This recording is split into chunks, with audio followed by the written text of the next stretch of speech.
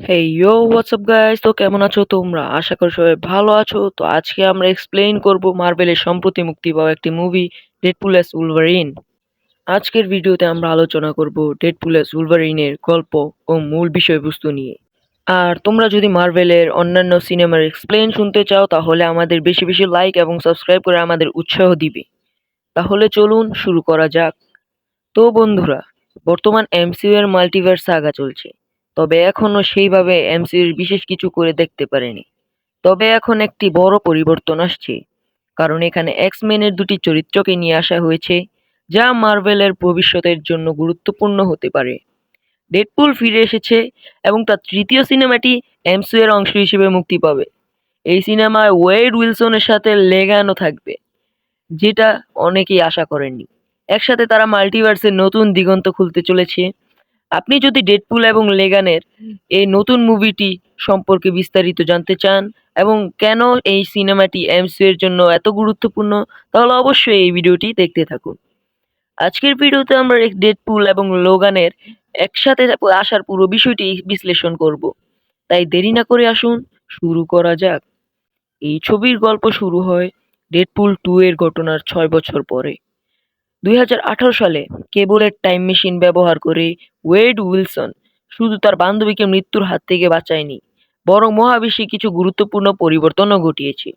এই পরিবর্তনগুলো ঘটানোর পর ডেডপুল পৌঁছে যায় মূল মার্ভেলের মহাবিশ্বে, যেটি পবিত্র সময়রেখা 616 নামে পরিচিত। এই সময়কার রেখায় পৌঁছে ডেডপুল হ্যাপি হোগানের সাথে দেখা করে, যিনি টনি স্টার্কের সহকারী হিসেবে কাজ করতেন।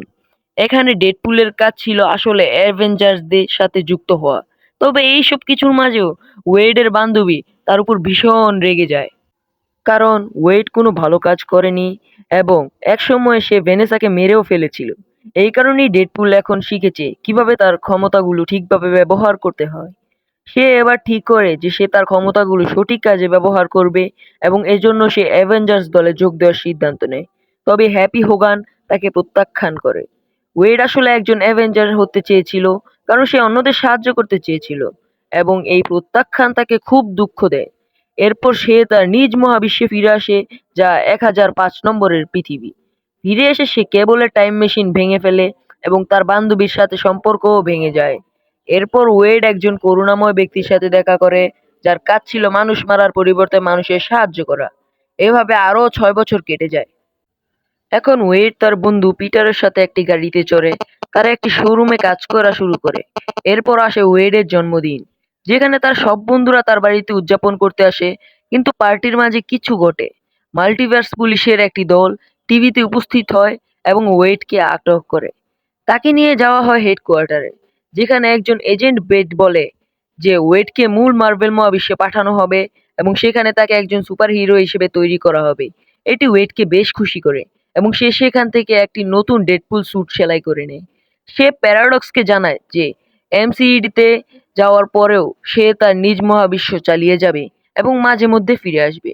সে প্রথমে তার বন্ধুদের সাথে দেখা করতে চায়, কিন্তু প্যারাডক্স তাকে জানায় যে সে মহাবিশ্বে যেতে পারবে না, কারণ তার মহাবিশ্ব ধ্বংসের পথে। ওই মহাবিশ্বের কেন্দ্রে ছিল একটি পৃথিবী, যেখানে লোগান ছিলেন। লোগান ছিলেন সেই মহাবিশ্বের নোঙর বা ধারক, যার মৃত্যু মহাবিশ্বের ধ্বংস ডেকে আনবে। নোঙরের মতো শক্তিশালী সত্তার মৃত্যুর সাথে সাথে সেই মহাবিশ্ব শেষ হয়ে যাবে। প্যারাডক্স ও টিভি এই বিষয়টি জানতো এবং তারা টিভির আগে লিডার হি হু রিমেইনস এর তৈরি করা গোপনীয়তা রক্ষা করছিল। মূলত নোঙরের মৃত্যুর ফলে মহাবিশ্ব ধ্বংস হতে কয়েক হাজার বছর সময় লাগতো, কিন্তু টিভিএ লকি ঘটনার পর নতুন মাল্টিভার্স সৃষ্টি করে, যেখানে তারা কোনো টাইমলাইনে হস্তক্ষেপ না করে কাজ করছিল। তবে প্যারাডক্সের মতে তাদের পুরনো পদ্ধতিই ভালো ছিল এবং এজন্য সে ডেডপুলকে তার মহাবিশ্বের দায়িত্ব দিতে নিয়োগ চেয়েছিল। কিন্তু যদি ডেডপুল সেই মহাবিশ্বে গিয়ে কিছু করত, মহাবিশ্ব অবিলম্বে ধ্বংস হয়ে যেত। টিভিএ প্যারাডক্সকে এই কাজ করতে বাধা দিচ্ছিল, তাই প্যারাডক্স সিদ্ধান্ত নেয় অবৈধভাবে কিছু করার এবং এজন্য সে টাইম রিপার নামে একটি মেশিন তৈরি করতে শুরু করে। এই মেশিন ডেডপুলকে এক ধাক্কায় মেরে ফেলার মতো শক্তিশালী এবং এর সাহায্যে পুরো মহাবিশ্ব ধ্বংস করা সম্ভব হতো। তবে প্যারাডক্স প্রথমে ডেডপুলকে সরাসরি ধ্বংস করতে পারেনি দুটি কারণে। প্রথমত, টিভি এর সিস্টেম ও সিনিয়র অফিসারদের মতে ওয়েড উইলসনের বেঁচে থাকা মহাবিশ্বের ভবিষ্যতের জন্য গুরুত্বপূর্ণ ছিল। দ্বিতীয়ত, যদি ডেডপুল তার কাছে নিজ মহাবিশ্ব পরিবর্তন করে ধ্বংসের মুখে পৌঁছে যেত, তখন হয়তো তাকে বাঁচানোর জন্য কেউই কিছু করতো না। অবশেষে প্যারাডক্স সিদ্ধান্ত নেয় তাকে বাঁচিয়ে রেখে পরবর্তী পদক্ষেপ নেওয়ার জন্য। প্যারাডক্স ডেডপুলকে এমসিইউতে পাঠানোর চেষ্টা করছিল, কিন্তু ঠিক তখনই ডেডপুল বুঝতে পারে যে তার নিজ মহাবিশ্ব ধ্বংস হতে চলেছে। তাই সে প্যারাডক্সের টেম্প্যাড অর্থাৎ মাল্টিভার্সে ভ্রমণ করার যন্ত্রটি চুরি করে পালিয়ে যায়। এরপর ওয়েড চলে যায় তার মহাবিশ্বের সেই জায়গায় যেখানে লোগানের কবর ছিল, এই আশায় যে লোগান মারা যায়নি, কারণ তার নিরাময় ক্ষমতা ছিল। ওয়েড তার কবর খুঁড়তে শুরু করে, কিন্তু সেখানে লোগানের বদলে সে একটি রহস্যময় কঙ্কাল খুঁজে পায়, যা আদম তৈরি হতে পারে। ধাতুর কারণে সেটি পচেনি। ঠিক তখনই টিভির কিছু লোক ডেডপুলকে খুঁজে বের করে, কারণ সে টিভির মন্দির থেকে পালিয়ে এসেছিল। টিভির এজেন্টরা তাকে গ্রেপ্তার করে চেষ্টা করে, কিন্তু ডেডপুল লড়াই শুরু করে। সে তাদের সকলকে তার কাটানার ব্যবহার করে হত্যা করে। এরপর ডেডপুল মাল্টিভার্সে ভ্রমণ করা শুরু করে এবং বিভিন্ন জগতে চলে যায়। তার ধারণা ছিল যে যদি সে অন্য কোনো মহাবিশ্ব থেকে কাউকে এনে তার জগতে নোংর হিসেবে স্থাপন করতে পারে, তাহলে তার মহাবিশ্ব বেঁচে যাবে। কিন্তু পৃথিবীর মানুষ তাকে সাহায্য করতে রাজি হয়নি, বরং তাকে তারা তাড়িয়ে দেয়। এরপর ডেডপুল এমন একটি মহাবিশ্বে পৌঁছায় যেখানে সমস্ত এক্সম্যান মারা গিয়েছিল। সেখানে একমাত্র জীবিত ছিল লোগানের এক পুরনো বন্ধু, যিনি খুবই দুঃখে ডুবেছিলেন এবং মাতাল অবস্থায় ছিলেন। এই ব্যক্তি নিজেকে দোষ দিচ্ছিলেন তার বন্ধুদের মৃত্যুর জন্য। তিনি একসময় এক্সমেনদের থেকে দূরে থাকতেন এবং যখন তারা তাকে দলে যোগ দেওয়ার কথা বলতো, তখন তিনি তাদের কোনো কথা শুনতেন না। একদিন তিনি একা বসে মদ্যপান করছিলেন। তার চারপাশে অনেক সমস্যা চলছিল। আর প্রতিপক্ষ যখন চার্লস জেভিয়ারের বাড়িতে আক্রমণ করে, তখন এই মহাবিশ্বে সমস্ত এক্সম্যান মারা যাওয়া শুরু করে। লোগান ভীষণ রেগে গিয়েছিল এবং প্রচুর ক্ষতি করেন। তিনি ক্রোধে মানুষকে হত্যা করতে শুরু করেন, যার ফলে সবার মধ্যে বিরোধিতা বাড়তে থাকে। এরপর তিনি একটি একাকী জীবনযাপন করতে থাকেন, আফসোস ও অনুশোচনায় ভুগতেন। এদিকে ডেডপুল যখন মাতাল অবস্থায় লোগানের মহাবিশ্বে পৌঁছায়, তখন লোগানও মাতাল ছিল। এজন্য ওয়েড সহজেই তাকে নিজের ইচ্ছামতো পরিচালনা করতে পারে। তারা সরাসরি টিভিএতে চলে যায়, যেখানে প্যারাডক্স ওয়েডকে জানায় যে মহাবিশ্বে নোংর সত্তা অর্থাৎ অন্য কোনো মহাবিশ্ব থেকে এনে প্রতিস্থাপন করা সম্ভব নয়। প্যারাডক্স আরও বলে যে লোগান সমগ্র মাল্টিভার্সের জন্য সবচেয়ে বিপজ্জনক। তবে ওয়েড প্যারাডক্সকে জানান যে সে বিষয়টি সমাধান করতে টিভি এর এক্সিকিউটিভের সঙ্গে কথা বলতে চায় না। এই কথা শুনে প্যারাডক্স ও তার সহকর্মীরা ভীত হয়ে পড়ে, কারণ তারা অবৈধ উপায়ে টাইমলাইন মুছে ফেলতে চেয়েছিল। ওয়েড বুঝতে পারে যে প্যারাডক্স আসলে সবকিছু গোপন রেখেছিল, তাই সে প্যারাডক্সকে প্রকাশ্যে আনতে যায়। এর ফলে প্যারাডক্স সিদ্ধান্ত নেয় ডেডপুল এবং লোগানকে মুছে ফেলার। ঠিক সেই সময়ে তারা এমন একটি স্থানে পৌঁছায় যেখানে টিভি এর ইতিমধ্যে একটি টাইমলাইন মুছে ফেলছিল। লোগান পুরো বিষয়টি বুঝতে পেরে আরো রেগে যান এবং ওয়েডের উপর ক্ষিপ্ত হন, কারণ সে তাকে এই জটিল পরিস্থিতির মধ্যে টেনে এনেছিল। ফলে লোগান ডেডপুলের সঙ্গে লড়াই শুরু করে। অনেকক্ষণ যুদ্ধের পর ডেডপুল লোগানকে বোঝাতে সক্ষম হয় যে টিভিএ তার পৃথিবীকে ধ্বংস করতে পারে, তবে তারা চাইলেই অন্য পৃথিবীকে রক্ষা করতে পারে। এই কথা শুনে লোগান কিছুটা শান্ত হয়। তবে সেখানে একজন ব্যক্তি উপস্থিত হন যিনি ক্যাপ্টেন আমেরিকার বিকল্প ছিলেন, একটি অন্য মহাবিশ্ব থেকে আসা রূপ। তার নাম ছিল জনি স্টর্ম এবং তিনি তার মহাবিশ্বের একজন শক্তিশালী সুপারহিরো ছিলেন, যিনি আগুন নিয়ন্ত্রণ করতে পারতেন। জনি ওয়েডকে সাহায্য করার পরিবর্তে তাকে এবং তার সঙ্গীদের নিজেদের মধ্যে লড়াই করতে বলে, যেন তারা একে অপরকে আরো ভালোভাবে বুঝতে পারে।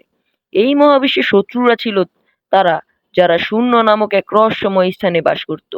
এই শত্রুর প্রধান ছিলেন ক্যাসান্দ্রা নোভা, যিনি প্রফেসর এক্স এর যমজ বোন ছিলেন। ক্যাসান্দ্রা ছিল একজন ভয়ানক ক্ষমতা, মন পড়া, টেলিকাইনেসিস অর্থাৎ জিনিসগুলোকে না ছুঁয়ে নিয়ন্ত্রণ করতে পারা এবং আরোগ্য ক্ষমতা।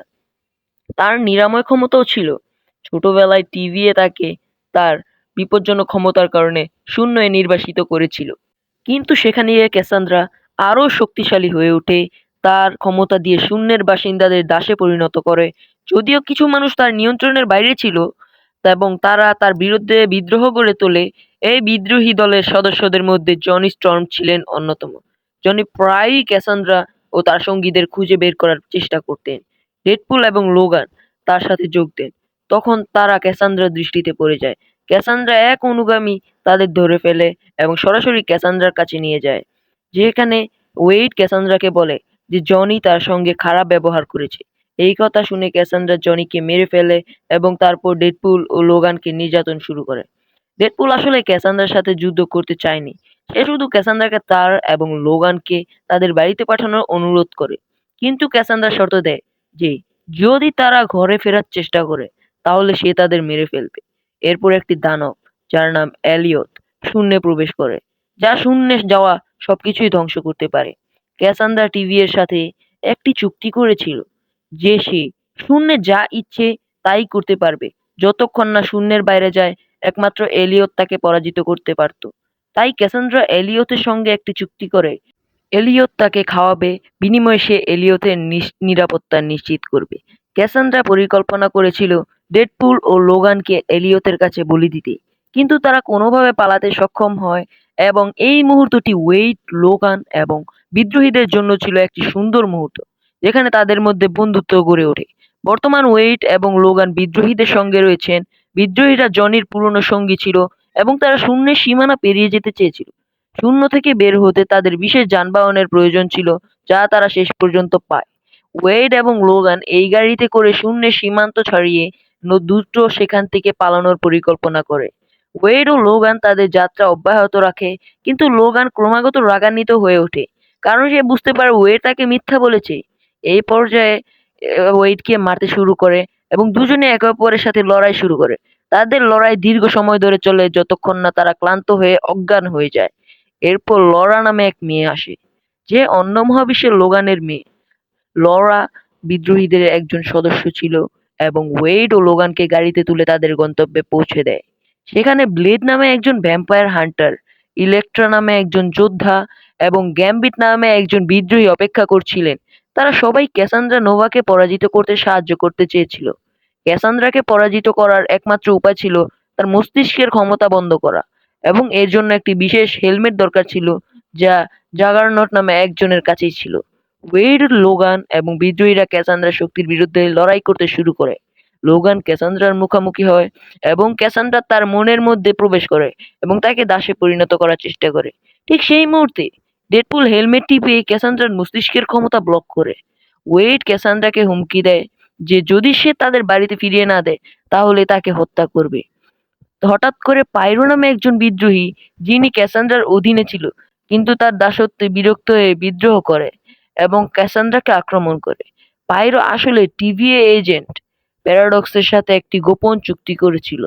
প্যারাডক্স চেয়েছিল ক্যাসান্দ্রাকে হত্যা করতে, কারণ সে ভয় পেত যে ক্যাসান্দ্রা একদিন শূন্য থেকে বেরিয়ে এসে মাল্টিভার্সে বিশৃঙ্খলা করবে। ক্যাসান্দ্রা গুরুতরভাবে আহত হয়। তার আরোগ্য ক্ষমতা হেলমেটের কারণে কাজ করে না, ফলে সে মৃত্যুর দিকে এগিয়ে যায়। ঠিক সেই সময় লোগান তাকে খুঁজে বের করে এবং তার হেলমেট খুলে দেয়, যা ক্যাসান্দ্রাকে সুস্থ হতে সহায়তা করে। ক্যাসান্দ্রা ডেডপুল এবং লোগানকে তাদের পৃথিবীতে ফেরানোর সিদ্ধান্ত নেয় এবং ডক্টর স্ট্রেঞ্জের কাছ থেকে পাওয়া একটি জাদুর রিং ব্যবহার করে তাদের মহাবিশ্বে ফিরিয়ে দেয়। ওয়েড ও লোগান যখন ফিরে আসে তখন তারা দেখে যে প্যারাডক্সের টাইম রিপার মেশিন প্রায় প্রস্তুত। প্যারাডক্স এই অবৈধ মেশিনটি ব্যবহার করে তার পরিকল্পনা বাস্তবায়ন করতে চায়। ঠিক সেই মুহূর্তে ক্যাসান্দ্রা শূন্য থেকে বেরিয়ে আসে, কারণ সে জানতে পেরেছিল যে প্যারাডক্স তাকে হত্যা করতে চেয়েছিল। ক্যাসান্দ্রা রাগে ফেটে পড়ে এবং প্যারাডক্সকে হত্যা করতে চায়। রিপার মেশিনটি ধ্বংসের মুখে ছিল, কিন্তু ক্যাসান্দ্রা ওয়েড ও লোগানকে বাধা দেয় এবং তাদের সেই মেশিনটি ভাঙতে দেয় না। এখানে ডেডপুল এবং লোগানের লড়াইয়ের শেষ মুহূর্তগুলিতে তারা ক্যাসান্দ্রার পরিকল্পনা ব্যর্থ করতে টিভি এজেন্টদের সহযোগিতা পায়। ক্যাসান্দ্রা, যিনি মাল্টিভার্সকে ধ্বংস করার চেষ্টা করছিলেন, তাকে আটকাতে টাইম রিপার মেশিনে শর্ট সার্কিট করার প্রয়োজন ছিল।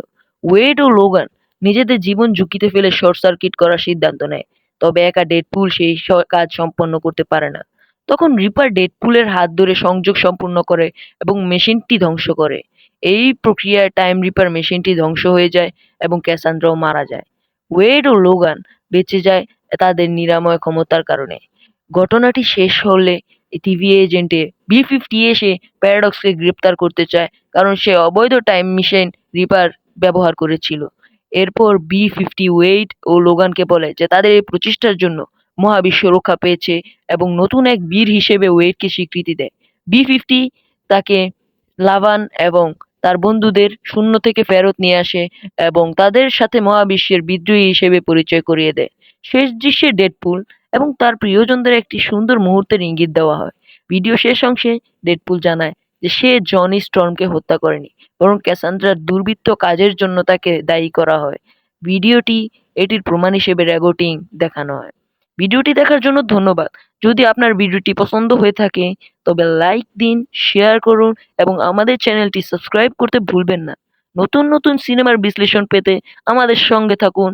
আবার দেখা হবে। আল্লাহ হাফেজ।